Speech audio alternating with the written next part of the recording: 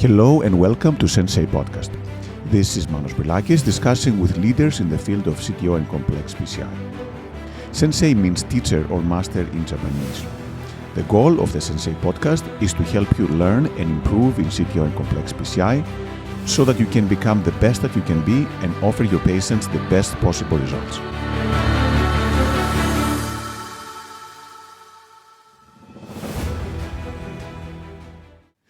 Hello everyone and welcome to Sensei podcast. It is my great pleasure to introduce Dr. Hovasse, who is an interventional cardiologist at the Institut Cardiovasculaire Paris Sud in Massy, one of the key operators for CTO and complex PCI around the world, and a great friend whom we've worked together in multiple meetings in the past. So Tomas, thank you so much. Wonderful to have you on the podcast today. Thank you. Thank you so much, Manos. I was saying that it's very special to be here tonight with you, as I saw all the friends and great operators who were there before me, and it will be a wonderful time to be here with you. Thomas, I always ask people in the beginning how things evolved. I know you're in a very well-known center where things were done in the complex realm for many, many years. But how did you get interested in the complex PCI, the CTO PCI? How was your course for this area? Well, before arriving in Massy, I was in an hospital which was not performing CTO at all, zero. And when a patient had a CTO, it was okay, like this, let it like this, and do medical treatment, let the patient with the symptoms, and so I went in 2004 in a workshop in Massy Hospital, and I saw Dr. Thierry Lefebvre and Yves Louvard, which were performing CTO, and at this time it was quite something else because there were not microcatheters, so they're using OTW balloon. There was no soft wire, so they're using only very hard wires, only the Miracle family, and it was very impressive. And I told myself, okay, this is something else. It's look like very interesting. And maybe where I am is not the best place to improve myself and to go to be a better operator. So lucky for me, I was able to arrive in Massy 3 years later, and I keep looking on CTO, but for sure I was not performing CTO at this time. But I say, okay, what seems very interesting is the technical challenge of a CTO for sure is something interesting, but also the strategy necessary to success to the procedure, and the sharing of everything around the procedure and during the procedure is something very interesting also. And I saw that Yves and Thierry were very comfortable doing complex PCI such as bifurcation, left main. And I told myself, okay, when you are performing CTO, when you learn to do CTO, maybe you will be a better interventional cardiologist for everything else. So that was the main reason to improve my skills and to do such things as CTO, is to say, okay, if I do that, if I have the will and the work to learn that, everything else will be easier also, and my daily practice will be easier. So that was my main goal so I start to learn PCI for sure, simple PCI, but also then bifurcation, how to treat a left main. And then with Thierry and Yves, I started to do a simple CTO, undergrad, very short CTO, and then more and more complex. And then I follow the path of, I think, many CTO operators doing a step-by-step learning and going from simple to complex. So clearly you were very fortunate again with Thierry and Yves learning from the masters in the area. But there's also a lot of pressure, right, to perform, and these are complex procedures. They have some risk involved. Were you able to master those techniques? Were you concerned? Were you stressed out? Were you anxious during those procedures? How was it learning, even in one of the best centers in Europe and the world? So I think that fear is not a good feeling to perform PCI in general and CTO in particular. So if you have this feeling, it's not good, and you should not do this PCI. You are not ready. Stress can be a positive stress. It can be if you are a little bit stressed. If you have you will be more focused. You will be more doing things very concentrated. So stress. If you have a little bit part of stress, I think it's good. But as Thierry always said, for CTO, the best balance is what he called the mental power, which is a mix of will and clarity. And if you have this good mix of will and you want to spend time to give energy, but with clarity, you will succeed as in most of the case. So I think it's a good balance of different feelings. But for sure, the main feelings should be a positive one. If the main feeling is a negative one, it's not good. Wonderful. Now, when you were learning, what did you find the most difficult thing to understand and to perform? Was it some wire manipulation, undergrade, retrograde, the mindset? What were the things that you found the most difficult to master doing CTO interventions and complex interventions? I think for sure the most difficult thing to think about is to go willingly subintimal with a knuckle, and because it's not it's something else. It's you don't learn when you start PCI to say, okay, I willingly will make a big dissection in the artery to succeed so I think it's something else. But for the rest, I think with a step-by-step for everything else, for antegrade or retrograde, with a step-by-step approach, with selected case, more and more difficult, because you can have a very difficult antegrade case and a very easy retrograde case. So it's only a good selection of the case. And that's also what the beauty of CTO learning, that you learn to look at angio and to say, okay, this case is easy, not so easy, difficult, very difficult, maybe impossible. And it's helped you for all your PCI, because you will have a different looking for a left main, for a bifurcation, for everything. And you will have the CTO eye on everything. So it's quite interesting. But I think the key is the step-by-step learning. Wonderful. How do you prepare for your complex and CTO cases right now? Is there a specific routine you have? Do you look at the films with other people? How do you plan? So I think the first step is when you perform an angio and you find a CTO, is to make the angio a little bit different. Because if you don't do it at this time, you will not perform another angio before the CTO. So the first angio is quite crucial, and you will need some more view. Maybe you will need the frame rate of the angio. So when you see a CTO, you say, okay, this is a CTO. Maybe I need to treat it, maybe not. But at this time, I need some more information. So at the point of the angio, something is different.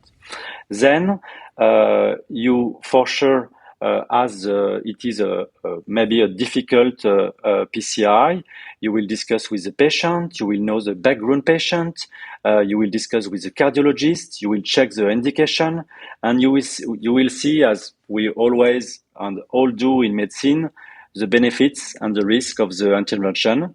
If it's a positive, you will get for the CTO, and then you will plan the CTO with time to do it, maybe more in the morning or in the beginning of the afternoon, not late at the end of the PCI day or late in the day, because you will be more tired, or you will have less energy, etc.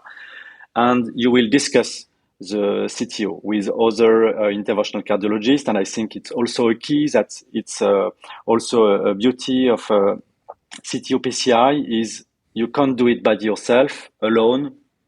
Just have your own reflection on the CTO, and it's very nice because discussing the CTO, you will see other things, you will see other strategy, you will discuss, and you see, okay, maybe my plan A strategy is maybe more a B strategy, and the plan B is more A strategy, and so sharing and discussing the case, it's very important. And then and also I think a very important thing is we know that a CTO is not 100% success. So the patient must be aware of that, because when you do a standard PCI, it's 99.99% of success, but a CTO is not like that. And the patient should know that it is not a 100% success. Because if you don't succeed, the disappointment will be not as important for the patient, and it will permit you to have a positive attitude and to say, okay, we do what we can. Maybe we can try on a second attempt, and you will have a positive discussion with the patient, which is very difficult when you don't speak before, when you don't discuss before, or when you say, okay, it's a 100% success rate, and if you fail, it will be a quite hard discussion and maybe a more negative discussion with the patient. Perfect. And you're absolutely right. This is everything in medicine, but especially complexity of PCI, the risk of failure is not insignificant. So it's very important to talk to the patient before and even tell them that sometimes the procedure might take more than one attempt until the procedure is successful. But what happens when actually things don't go well and you have a failure or even a complication? How does it affect you, and how do you deal with that? So it's two different things. When you fail, something you fail, but you say, okay, I failed, but I learned something for the procedure. I failed because I didn't pick the right strategy. I failed, but I almost succeeded, but at the end something went wrong, and maybe the rate of success will be good enough to make a second attempt, maybe with a friend, with something, with someone which have a better experience than you for a type of strategy. But if you fail and you see, okay, I did many strategy and I really didn't manage it. So it's maybe sometimes it's very energy consuming, because you spend energy for the CTO, and when you succeed, you have the energy going back, and you feel very strong and you feel very happy, and everything goes well. But if you fail, this energy doesn't come back, and you feel disappointed and tired, and complication is something else, because if you have a complication which end well, you say, okay, I had a complication, and we all have a complication in our field, but I manage it. Patient is going well, so I did my job as I can, and I manage a complication. So you can take back a little bit of energy, and for sure, sometimes complications are not going well, and it's very hard, and you have to go back home with that, and it's not something you want to speak at home because it's not a good vibe to bring back. So it's something for yourself. So at this point, I think it's very important to speak with colleagues because they always have, not always, but they have some complication, and they will tell you, okay, you have a complication, you did all what you can, it was not good, but it happens. You can go on and go over it and try to do your best as usual the next day and the day after. But sometimes some days are not good. We all know that, but we have to do with it. And we have very good day and bad days. And I think we have to find balance, good energy, negative energy. And also for complication, I think that's the main thing is to always try to remain the cat lab very calm, energetic, to make things go fast, but not screaming, not making things worse. So complication is things that happens, and again, you stay focused. The main things is to understand what is the complication, because if you don't understand what is the complication, it will be impossible to treat. So understand what is the complication. Okay, I know what is it. I know how to treat it. So step by step, keep calm, and I will do my job and do that until the complication is solved. Perfect. And then, Thomas, in terms of any cases that made an impression for you, good or bad, that you remember, that made an impact on how you learn and how you practice, are there any such cases, and how did they affect you as an operator? Sure. You always have a very difficult case. Not so many, because if you have too many difficult cases, it's something else. But sometimes you will have very difficult case, and you will remember the day, and you will remember the name of the patient, and it will be following you. But I have this case. I was performing CTO since a few years, and it was quite a simple integrate case, a mid-right CTO.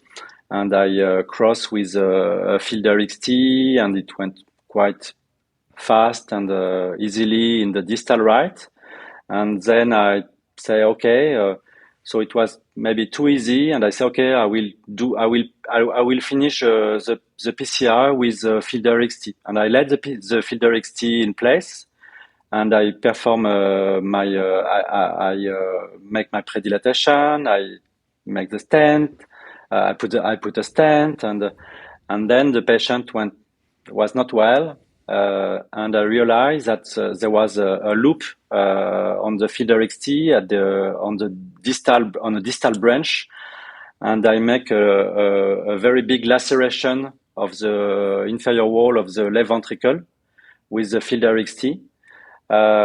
So the patient had to go to surgery and to have a ventricle repair. So after that, he went well, but I learned a lot, because I learned that CTO is not just crossing with the wire. It's when it's not finished, it's not finished. So you have to keep always in mind what you learn. So when you cross with the Fielder XT, and then you cross with a microcatheter, so you put back a workhorse wire, and you do what you know, and you follow the rule step by step, and you learn to do that for every case. And if you change that, or if you are lazy, and if you want to go too fast, and you say to yourself, it's okay, it's easy, I don't take the energy, concentration, I'm not focused enough, you will have trouble. So that's for the bad case. For the good case, I will always remember my first retrograde that I did by myself, alone in the cath lab. When I say alone, I was not alone. I was with my team, but I was the only senior operator at that point. And when you performed your first retrograde, it was an nostril right, And I was lucky because the wire crossed and went directly in the guiding, so I didn't have to snare it in the aorta.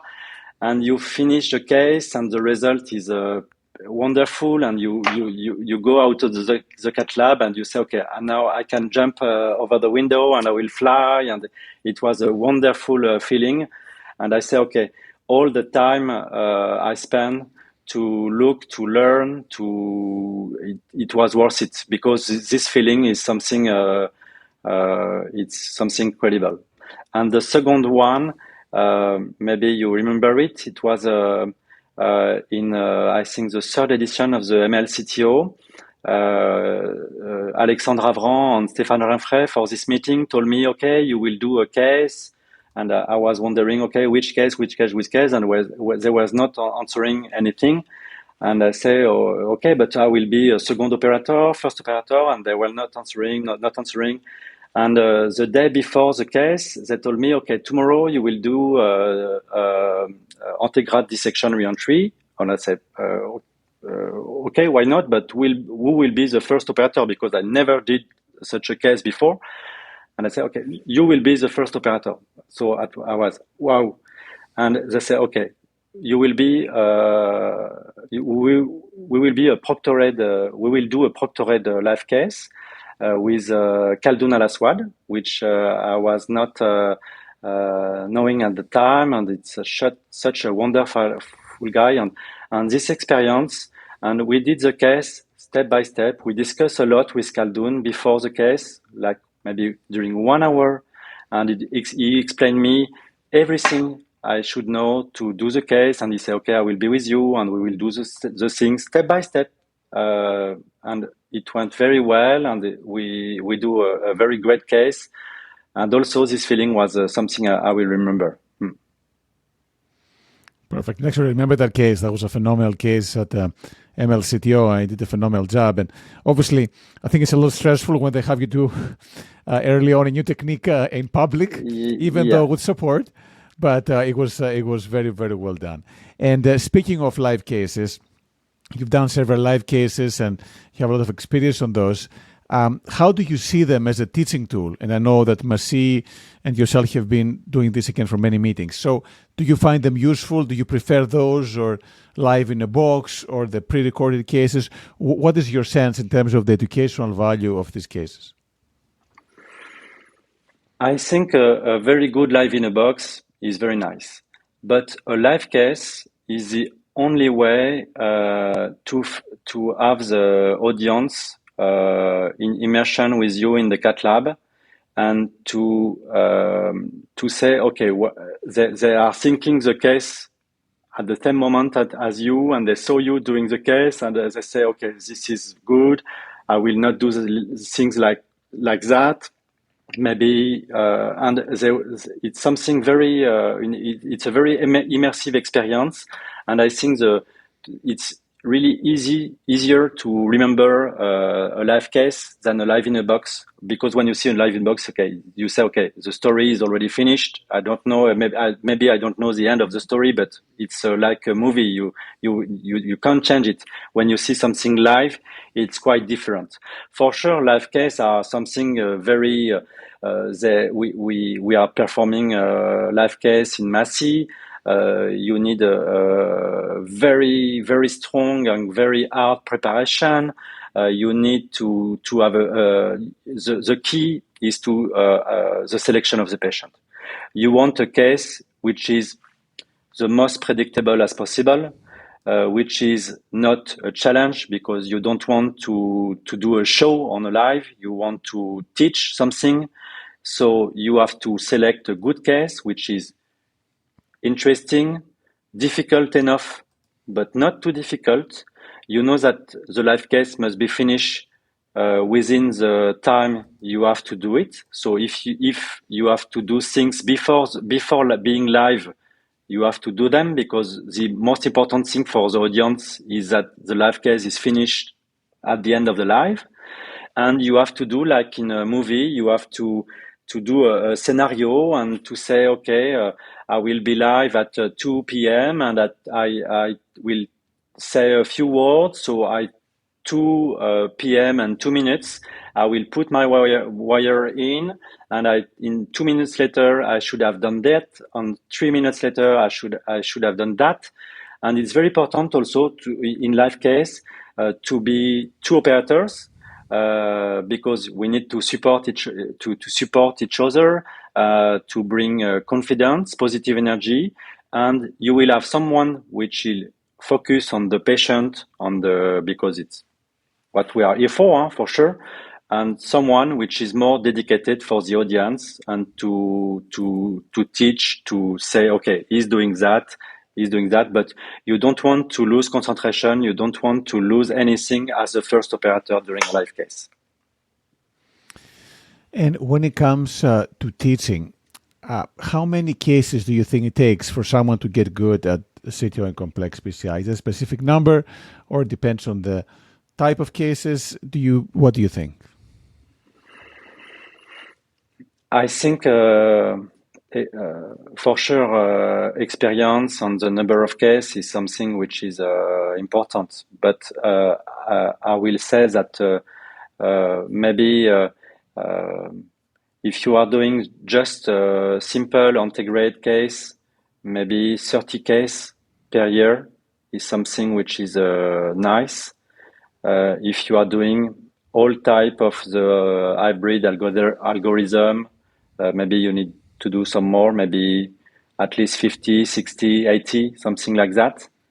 And for the rest of the complex PCI also, I think you should be able to do at least 25, 30 left main if you want to be confident and to be okay with these techniques, and maybe 40, 50 bifurcation also per year to be okay.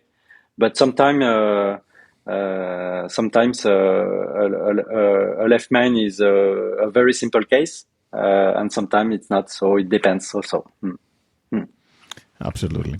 Now, in terms of the learning, I know you do other cases as well, right? You do some TAVR, some structural cases as well.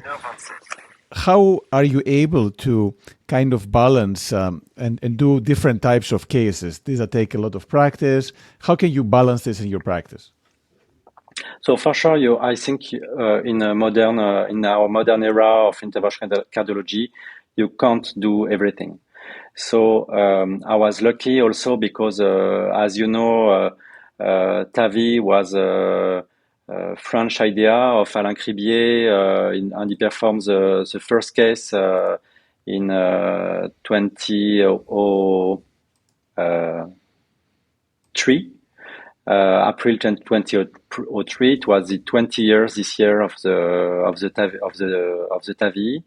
And Massy was one of the first center in France. So I was here at the beginning with when we had a TAVI in the cath lab. Everyone was knowing it 2 weeks before, and it was something big, and the patient was on general anesthesia. There was 12 people in the room, and it was very it was something. And then we do more and more TAVI. So I learned with Thierry and Marie-Claude to do TAVI, and I think TAVI is also TAVI can be very complex, but in most of the case, if you have learned step by step, it's not a very complex technique. For me, it's very compared to CTO. It's simpler to do TAVI than a CTO.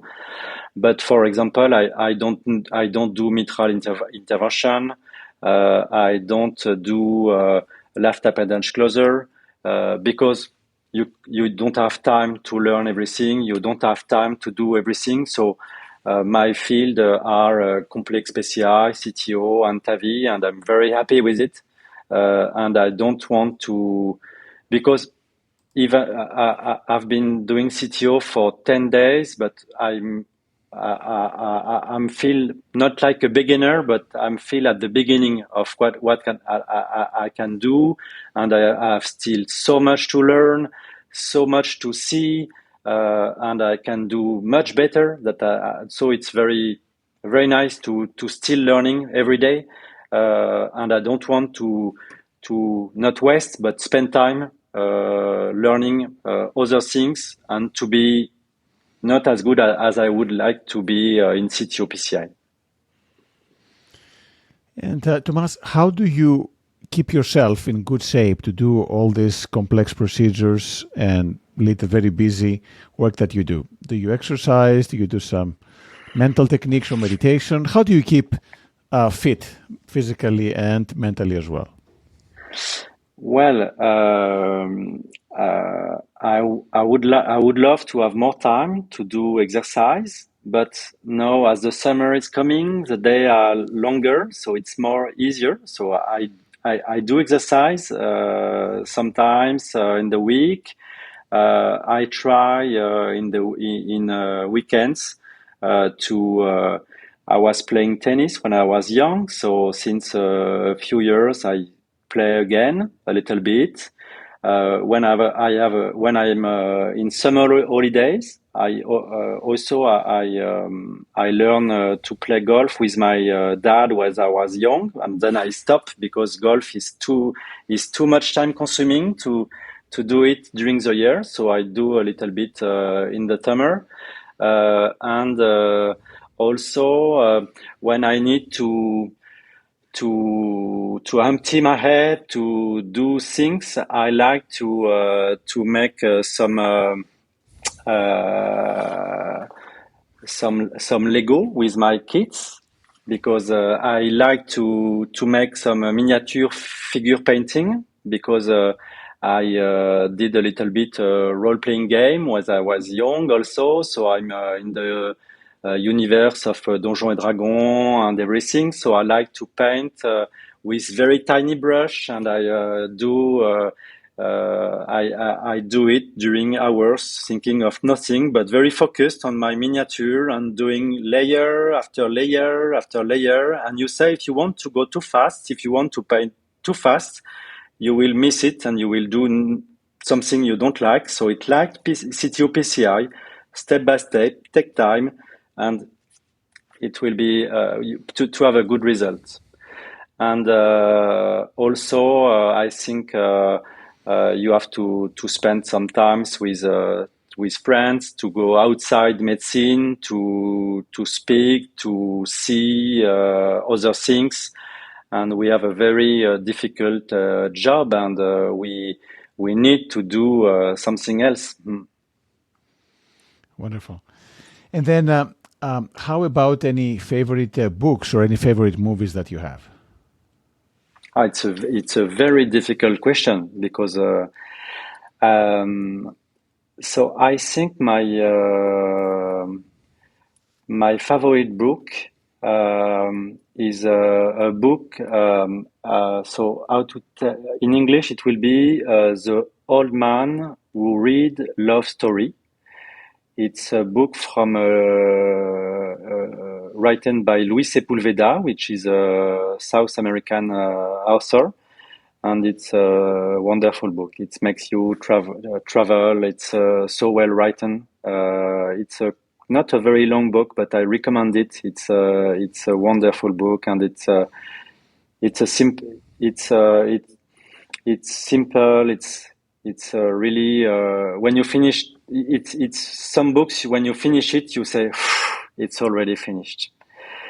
And for the movie, also, it's a very difficult big question, because we have a lot of movie we love, but I think I'm a Star Wars guy. So, and as you can see behind me, there is a Star Destroyer in Lego, and I think my favorite movie. I'm very fond of all the Star Wars universe, but I maybe will pick the Episode 5, The Empire Strikes Back.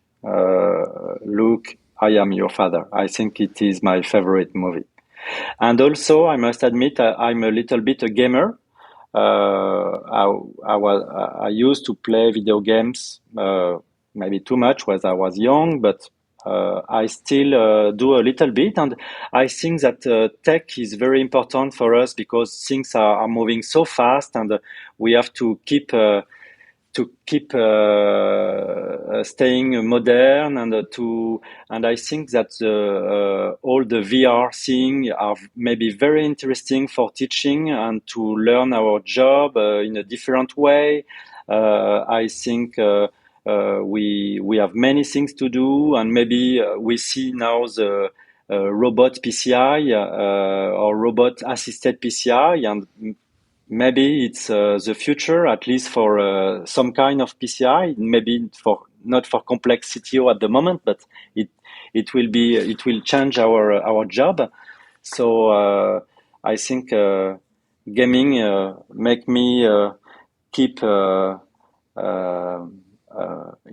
the modern field of technology, and it can bring me something in my job also.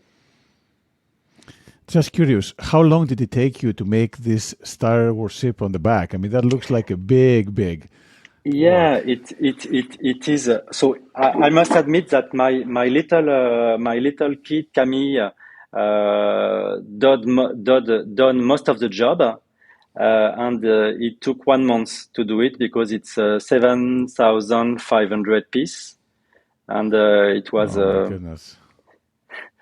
and Well, it looks beautiful, looks amazing, but yeah, I cannot imagine the amount of work. So no wonder you like CTO PCI because you like your pace and you take the time. And the other decoration is also Star Wars inspired, or is it different decoration around the starship? um, sorry, I did not get the. Oh, I'm sorry. So there's more decoration on your back wall.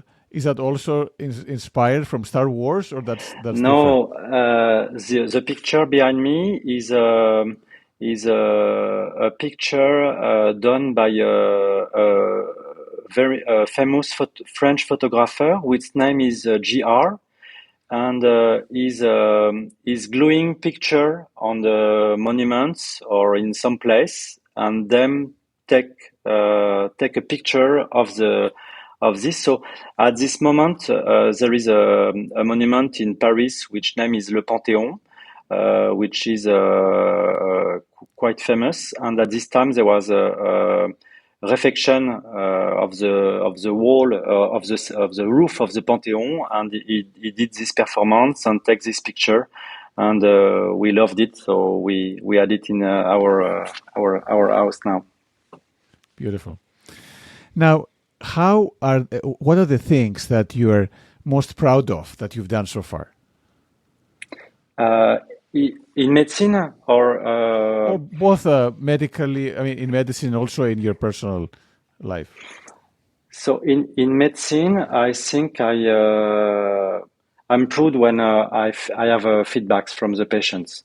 Uh, uh, when I receive a note or a letter from a patient, it's something that makes me very proud. Um, I'm proud of maybe staying normal and take time to speak every morning with a person which is cleaning the parking, which the guy which are bringing the patient in the room, with everyone I work with, to say hello to everyone every morning, to say goodbye and thank you every evening, to stay normal, even if the job is complex, even if you are a good doctor. I think I'm proud of that. And outside medicine, I'm very proud of my wife, because she is someone wonderful. She has also a very difficult and tough job. She is president of the L'Oréal Paris brand. So she's traveling a lot, and we are very supportive to each other for our different job. And as the job are very different, we are we give advice on the to each other about to make things easier. She gave me advice about management, about marketing, about how should I be in my life, to bring diversity, to bring to give power to women who needs it, and it's a wonderful relationship. And also, I'm very proud of my two kids, and I hope that they will be both better man than I am, and we will do everything to help them to achieve that. And now I'm a lucky guy. Well, I cannot imagine. It must be a lot of action, with two very complex and demanding jobs. So it's amazing to keeping the balance as you are doing with your wife. So congratulations on doing that. And what are the things that you look forward in the future? Are some things that excite you that you think are going to be a big part of what you do down the line? I think we all need to have a project ongoing, which can be a professional project or a personal project. But I think that for sure, in a very short term, the holidays are coming, so it's very nice, and we like to plan things. To plan holidays should be a project, but also to plan something for Massy and the Cat Lab, to have a new project, to develop something. We in 2019 we bought a small house near the sea in Normandy, and it was a project for us, and it kept us moving. There was a lot of work to make a full renovation of the house, so it was a project for us for almost 2 years, and now we discuss about holidays, or we discuss about things we want to do with my wife Delphine, and we have a lot of projects also in Massy. So my advice to young cardiologists or young in general, say always have a project in your life, and it helps you go on and to think about something positive, and it gives you energy. Wonderful. So whenever the fellows tell me they have too many projects, I would tell them, look, guys, you should be very happy that you have projects, keeps you in good engagement. Yeah, but fellow are something very, we are very lucky to have fellows, because it's quite a sacrifice for them to come in our lab for 1 or 2 years. But I like them so much, because I like their curiosity, I like their enthusiasm, I like them to ask, and I always say to my fellow, okay, know what you do what you know what you do what you know, and at the end of the day, try to know a little bit more. And tomorrow will be another day. And also I like, I think a very good quality you look for a fellow is it's a consistency in work, because it's not so difficult to work hard for a short period of time, but it's hard to maintain this consistency for a long time, and it will make at the end the difference. And also, we try with the fellows, because it's always very nice to be part of a scientific project, which can be a case report or just an abstract or anything, maybe not a publication in as first author in Circulation, but something that you will keep forever. And you say, okay, it's my job, I do this, I share it with the community, and it will help others. And so it's important to do your part. Wonderful. And speaking about the fellows and essentially the young generation, the people who are early in their careers, so they want to progress and become excellent operators and cardiologists like yourself, do you have any last-minute tips or pieces of advice you would give them? Maybe always think that a career is long, is maybe almost 40 years. So don't do how can I say maybe leapfrog, cut corners. So learn to do good angio, good radial punction, good femoral under echopuncture, and then learn to do good simple PCI with a very good basis. Learn to have a very good hand-eye coordination. Thank you, because when at the beginning, when I arrived in Massy, they told me, okay, you are fellow, so they will do the case and you will look. I say, okay, but I don't know how to manage that.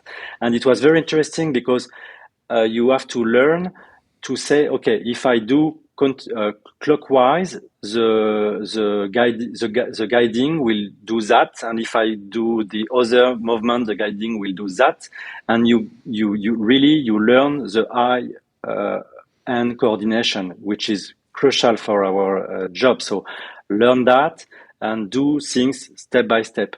Don't want absolutely to do PCI and TAVI at the beginning of your career. You will have plenty of time to do such things. Learn to do the daily basis, simple PCI, primary PCI, because it's very important to perform a good primary PCI, and then you will learn more and more and more and more, and you will have all the time you need to do so. And don't be don't want to go too fast. Absolutely, and that's an excellent point. Focus, and as you said, learn the basics well, because you'll be doing the basics every day. And probably many of the bad things that happen when we cut corners and we don't do the basic steps with the attention that we probably should. Yeah. Well, Tomas, thank you so much. That was a wonderful discussion. Learned so much. Congratulations for building an excellent program in Massy and doing a great job in PCI and TAVR and other areas as well. Thanks again for taking the time, and look forward to seeing you again in one of the new meetings. Thank you so much, Manos. May I have a request for you? Because I saw all the name of the Sensei podcasts, but I didn't see your name.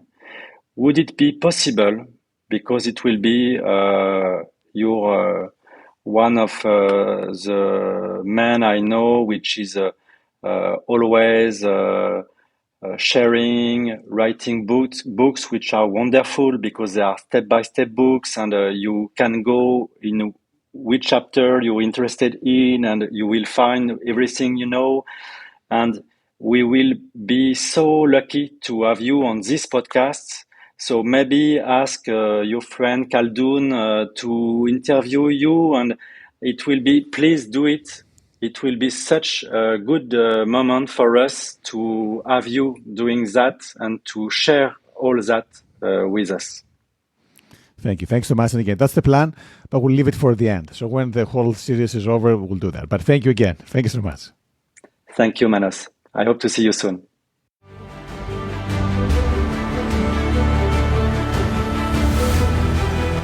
Thank you for listening to the Sensei podcast.